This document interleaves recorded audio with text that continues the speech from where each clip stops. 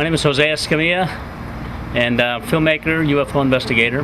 I'm glad to be here with Star Knowledge TV and talking about some of the things that I'm doing and events that I'm planning to do in the near future. I got started back in 1994 when I discovered some flying phenomenon over Roswell and Midway, New Mexico. Turns out these objects appear to be living creatures of some kind, and we gave them the name rods, and they've become a worldwide phenomenon.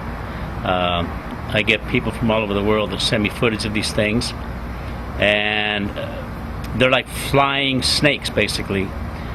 They appear to be anywhere from a couple of feet long up to perhaps 100 or more feet in length, traveling at high velocities, and they've been appearing all over the world for the last 15 years. We've had, close to about 200, maybe 300 reports of eyewitness accounts where they actually had interaction with some of these things. We have footage of them from the space shuttle taken over orbiting Earth.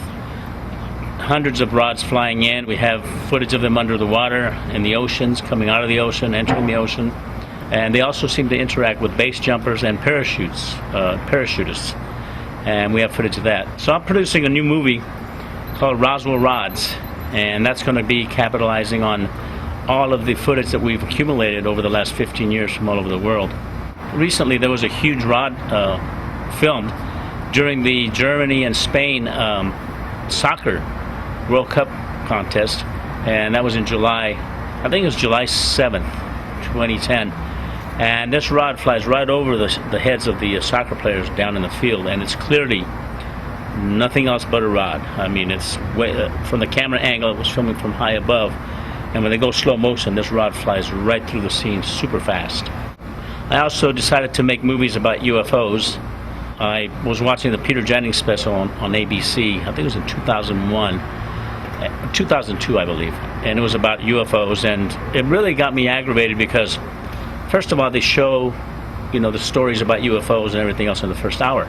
The second hour, they get all these skeptics that come in and they destroy all that they presented in the first hour. So it's like, it leaves everybody in chaos and in questioning what's going on with this UFO phenomenon. So I decided to make a movie that nailed it once and for all.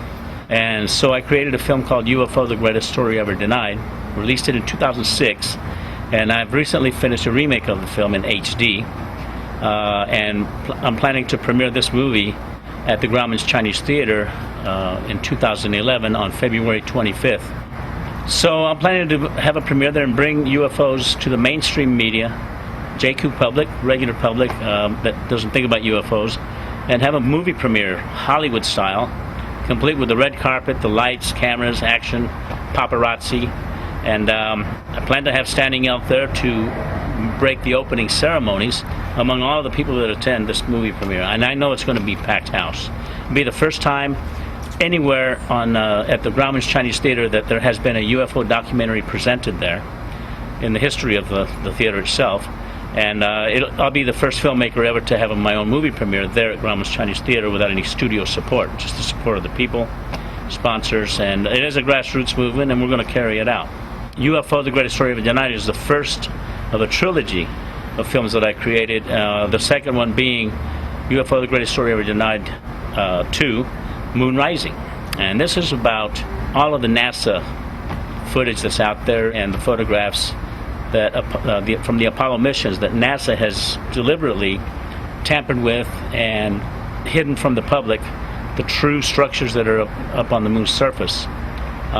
When I was doing UFO Part 1, I did a segment on the moon, and I've never thought about it, because I always said, they landed on the moon, so big deal. But when I started looking at some of the structures that were appearing in these photographs, I decided to make a whole film about it. And Moon Rising does have some action-packed information there for everyone who wants to look at that film. The third one of the trilogy is going to be The Human Record, and this basically just traces all the way back from the beginning of time the people that have been the record keepers of UFO phenomena throughout history. I'm just going to touch lightly on some of the ancient petroglyphs and things that show drawings of what appear to be UFOs that these record keepers of those eras put together. But this is primarily about the present time recordists of the human history of UFOs. And there's millions of people now that have been filming UFOs all over the world. The internet, YouTube, and other venues have brought more information to the public eye than has ever been before in the thousands of years since UFOs started appearing. So the Human Record is the third and final film of the trilogy. Also in the interim, I'm doing a film in the IMAX format, large screen, and it's going to star myself, Chief Standing Elk, and Wes Studi, who was the actor that was on Dances with Wolves, Last of the Mohicans, and recently he was in Avatar. This movie is called The Planet Moon, which is what I feel the moon really is. When I found the full color photography of the moon on the USGS and Department of Defense website, I was shocked to realize that the moon is in full color. It's not a black and white orb as we've been, told for all these years. It is in fact a full color environment on the moon. You can even see clouds, you can see water down there. And this is all from the Clementine mission taken in 1994. 1.8 million digital photographs were taken. I've downloaded perhaps about 800 of the photos. So there's a million more photos out there that I haven't even had access to that NASA's sitting on. But when you see the full color photography of the moon, it totally amazes you that you've not been told this before. As I say, the moon is not a black and white desolate piece of rock. It's full of color. There appear to be gold mountains there. Water vapor, you can see clouds, you can see, as I said, greenery too. So there's vegetation on the surface of the moon, and there are other things, there are structures there. You can see huge buildings, towers, domes. You can see clear domes that inside there are buildings and greenery and such. So I believe that the moon has been a base for ancient civilizations that have lived there. Maybe they're still there. I think there's someone on the far side of the moon, and it's definitely not us. I think NASA has to fess up. If they did go to the moon with the Apollo missions, then it should be easy tomorrow to send off an Apollo capsule up there with a couple of astronauts in it and land on the moon again. They're talking now we're not going to get there till 2020 or 2030. I mean, what's the big deal? Should be able to get there now with stuff that's already proven to have worked. NASA has been playing dirty ball with everybody. I mean, they've known there was water up there. They initiated to bomb the moon, as a way of looking for water, when India, 2 months before, had already said, look, we already discovered water on the surface of the moon. And now India has come out with another report that there is, in fact, water, not only on the surface, but there's water coming from inside the moon. So, we've never been told the truth. And on my film, Moon Rising, the slogan is, we lied about everything. And that was told to us by a NASA insider who passed away, but that delivered us a lot of information that NASA did not want you to know. So Moon Rising is a film that you need to see and catch up onto what's going on with our moon, our planet moon.